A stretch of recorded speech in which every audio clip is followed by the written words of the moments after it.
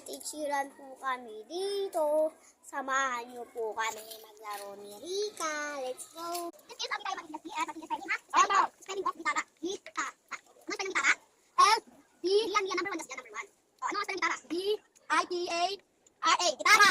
Number 2. Spell ng walis. Walis. Spell ng walis. W-A-L-I-S. Walis. Good, good. Yeah. Ano po ako nito? Ano natin ha?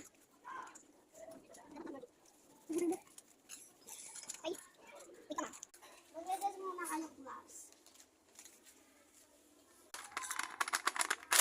Buksan na natin. Nabuksan na, kainin na natin.